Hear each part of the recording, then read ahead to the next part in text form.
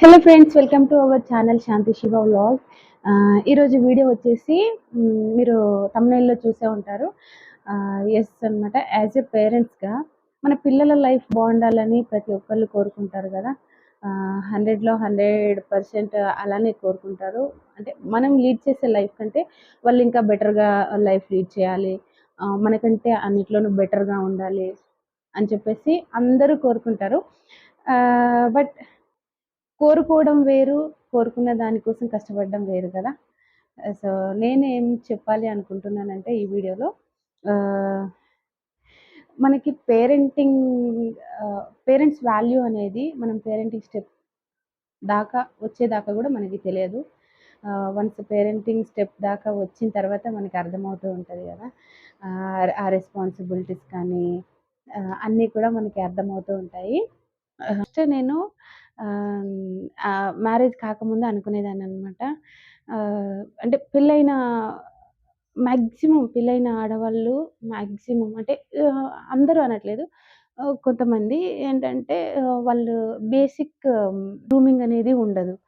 So, అనుకునేదాన్ననమాట నేను. ఏంటి అంటే వీళ్ళెందుకు ఆహ్, ఇలా ఉంటారు అంటే ఆఫ్టర్ మ్యారేజ్ ఇలా అయిపోతారా? వాళ్ళు గ్రూమింగ్ అవ్వచ్చు గదా! బేసిక్ గ్రూమింగ్ అవ్వచ్చు గదా! అనేసి అనుకునేదాన్ని. అలా అనుకునేదాన్ననమాట. అయితే నాకప్పుడు అర్థం కాలేదు. ఇప్పుడు అర్థమవుతుంది. ఏంటంటే వాళ్ళు పిల్లల విషయంలో కేర్ తీసుకుంటూ, వాళ్ళ విషయంలో వాళ్ళు కేర్‌లెస్‌గా ఉంటారు అని జెప్పేసి నాకిప్పుడు అర్థమైంది. ఉంటారేమో అని జెప్పేసి. నాకు ఏంటంటే నేనిప్పుడు రియలైజ్ అవుతున్నాననమాట. ఆహ్, నేనెలా అయిపోయానంటే ఇంకా నా బే ఆహ్, మా వైషు ఉంది గదా! తనని పట్టించుకుంటూ నన్ను నేను మర్చిపోతాననమాట. కనీసం గ్రూమింగ్ ఉండదు.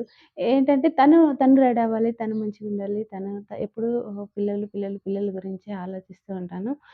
ఇప్పుడు వీడియో కోసం నేను కొంచెం ఈ మాత్రం ఇలా ఉన్నాను కానీ, లేదు అంటే ఆహ్, ఏమంటారు చిక్కగట్టుకొని ఉంటాననమాట ఇంట్లో అయితే. సో, అది పరిస్థితి. అంటే ఇప్పుడు అర్థమవుతుంది. ఓకే. పేరెంటింగ్ స్టెప్ దాకా వచ్చిన తర్వాత ఇలా ఉంటుంది అని చెప్పేసి. సో, నేనది రియలైజ్ అయ్యాననమాట. నేను నా బేబీ విషయంలో ఎలాంటి కేర్ తీసుకుంటానంటే చాలా అనమాట. ఆహ్, ఫర్ ఎగ్జాంపుల్‌కి ఆహ్, అంటే నేనని కాదు, చాలామంది పేరెంట్స్ ఇలానే అనుకుంటారు అనుకుంటా. ఏంటంటే మనం చెయ్యలేని పనులు వాళ్ళు చేయాలి. ఫర్ ఎగ్జాంపుల్ నేను సింగర్ అవ్వాలి అనుకున్నాను. బట్ నేను సింగర్ కాలేదు అనుకోండి. నా బేబీ సింగర్ అవ్వాలి అని చెప్పేసి. లేదంటే నేను ఏదైనా ప్లేయర్ అవ్వాలి అనుకున్నాను. బట్ కాలేదు. సో, నా బేబీ కావాలి అని చెప్పేసి ఏంటంటే మనం కాలేనివన్నీ గూడా వాళ్ళు అవ్వాలి అని జెప్పేసి ఆలోచిస్తూ ఉంటాం కదా. సో, అలానే అన్నమాట. నేనేంటంటే పర్టిక్యులర్‌గా తను ఇది అవ్వాలి, అది అవ్వాలి అని నేను అనుకోను కానీ ఏంటంటే తనకి ఆహ్, చిన్నప్పటి నుంచి నేనెట్లా ఆలోచిస్తానంటే చిన్నప్పటి నుంచే తను అన్నీ నేర్చుకోవాలి. తను ఇండిపెండెంట్‌గా ఎదగాలి. ఇండిపెండెంట్‌గా మీన్స్ అన్ని పనులు తను చేసుకోగలగాలి.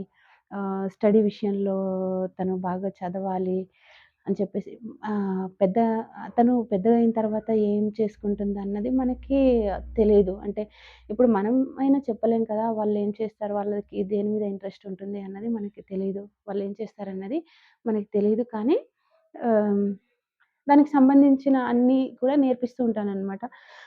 ఫర్ ఎగ్జాంపుల్ అన్ని యాక్టివిటీస్ చేపియడము. ఈవెన్ ఒకప్పుడు ఆన్‌లైన్‌లో నేను షాపింగ్ చేసేదాన్ని. నా ప్రొడక్ట్స్ గురించి నాకు నచ్చింది నేను ఆర్డర్ చేసుకోవడానికి. బట్ ఆఫ్టర్ బేబీ డెలివరీ తర్వాత అయితే తన గురించి ఆలోచించడం స్టార్ట్ చేశాననమాట. అంటే తనకేం అవసరము? తనకేమన్నా ఇప్పుడు మాంటిసెరీ టాయ్స్ ఉంటాయి కదా! ఎడ్యుకేషనల్ టాయ్స్ ఉంటాయి. అవి ఏం ఏం ఆర్డర్ చేయాలి? ఎలా ఆర్డర్ చేయాలి? అవి అన్నమాట. అస్సలు నా రొ ఏమంటారు మొత్తం చేంజ్ అయిపోయిందనమాట నాదైతే.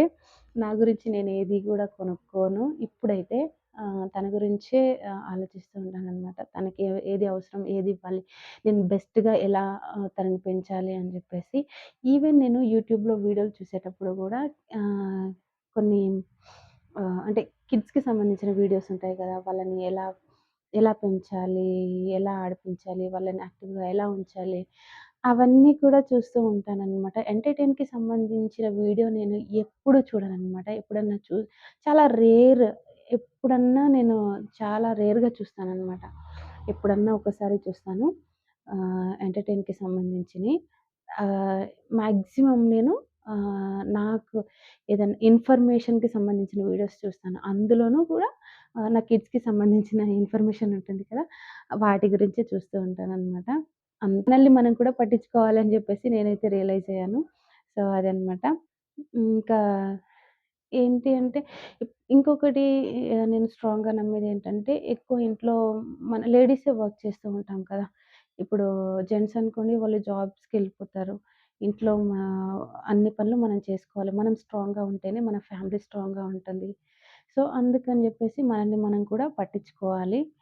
ఆహ్, అదైతే నేను రియలైజ్ అయ్యాననమాట. అండ్ ఇంకోటేంటంటే, మన పిల్లలు అనేది మనకి ప్రతిబింబం లాంటి వాళ్ళంట. ఎందుకు అంటే, మనం ఏం చేస్తే వాళ్ళు గూడా అదే చేస్తారు. నేను ఆహ్, అంటే నాకు బేబీ పుట్టకముందయితే ఫోను చాలా యూజ్ చేసేదాన్ననమాట. ఫోను లేనిదే నేనసలు ఉండకపోయేది. అసలు అలాంటిది ఇప్పుడు నేను మా పాప ముందు నేను ఫోను పట్టుకోవాలంటే ఆలోచిస్తాను. ఎందుకంటే నేను ఫోను పట్టుకుంటే తను నా దగ్గరికొచ్చేస్తది. నా దగ్గరికొచ్చి తను గూడా ఫోను చూస్తది. నాకు ఫోను కావాలి అంటది. సో, అందుకని జెప్పేసి నేను తను తను నా దగ్గర ఉంది అంటే తన ముందర నేను ఫోను యూజ్ చేయననమాట. నేనెప్పుడు అంటే తను పడుకున్నప్పుడు, లేదంటే తను బయట ఎక్కడైనా ఆడుకునేటప్పుడు అట్లా యూజ్ చేస్తాను. తనున్నప్పుడు ఫోనొచ్చింది అంటే ఓకే. ఫోను లిఫ్ట్ చేస్తాను. ఫోను మాట్లాడతాను అట్లేం లేదు.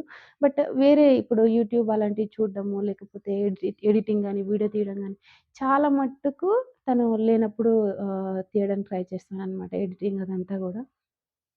కొన్నిసార్లు వీడియోస్ తీసేటప్పుడు కామ్‌గానే ఉంటుంది. అంటే అడగదు ఫోను. కొన్నిసార్లు అడుగుతదనమాట. ఫోను కావాలి అన్నప్పుడు ఇంకా నేను ఫోను ఫోను పక్కన పెట్టేస్తాననమాట. ఎందుకంటే మనం ఏం చేస్తే వాళ్ళు అదే చేస్తారు గాబట్టి, మనం అన్నీ ఆలోచించి చేయాలి. ఒకటి నేను నేర్చుకున్నదేంటంటే చాలా పేషెన్స్. ఒకప్పుడు ఇంత పేషెన్స్ లేదు నాకు. అంటే ఇంతకంటే కొంచెం తక్కువే ఉండే. బట్ ఇప్పుడు పేషెన్స్ చాలా పెరిగిందనమాట. ఎందుకు అంటే బేబీస్ వల్ల. ఆహ్, పిల్లల్ని కొట్టడం వల్లో, తిట్టడం వల్లో వాళ్ళు నేర్చుకోరంట. యెస్. నాకు గూడా అది డౌటే అనమాట. అవునా అని చెప్పేసి. కానీ అది ఆహ్, నిజమేనంటే వాళ్ళు కొట్టడం వల్ల ఏంటంటే వాళ్ళు ఇంకా ఎక్కువ రెచ్చిపోతారు. సో, కొట్టకుండా, తిట్టకుండా వాళ్ళకి ఎలా చెప్పాలి? ఏదన్నా పని చెప్పినా కానీ, ఏదన్నా వద్దు అని చెప్పిన పనే వాళ్ళు చేస్తారు. సో, మనం అంటూ ఉంటాం కదా! వద్దు అని ఎన్ని సార్లు చెప్పినా నీకు అర్థం కాదా? అని చెప్పేసి మనం మాటలు ఇసిరేస్తూ ఉంటాం వాళ్ళకి. అంటే వాళ్ళకి అది అర్థం కాదు.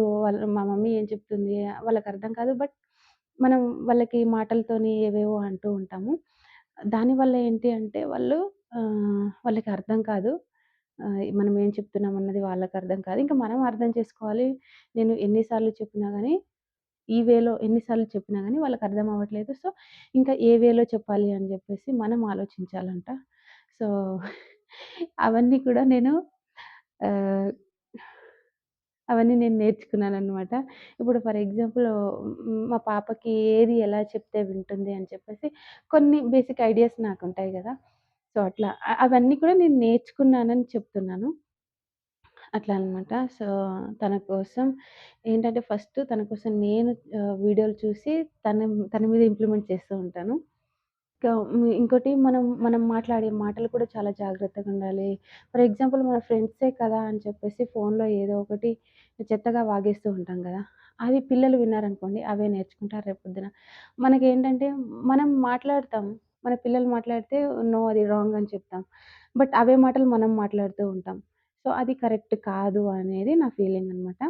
సో, అందుకని మనం ఏదైనా మాట్లాడేటప్పుడైనా, ఏదైనా పని చేసేటప్పుడైనా గానీ చాలా కొంచెం ఆహ్, ఏమంటారు చూసుకొని మాట్లాడాలి. అంటే వాళ్ళు, వాళ్ళు మంచి బిహేవియర్‌లో నడవాలి అంటే ఫస్ట్ మనం నడవాలి కదా! సో, అదనమాట. ఎందులో అంటే ఫుడ్ విషయంలో గూడా కొన్ని కేర్ తీసుకుంటుంటాను.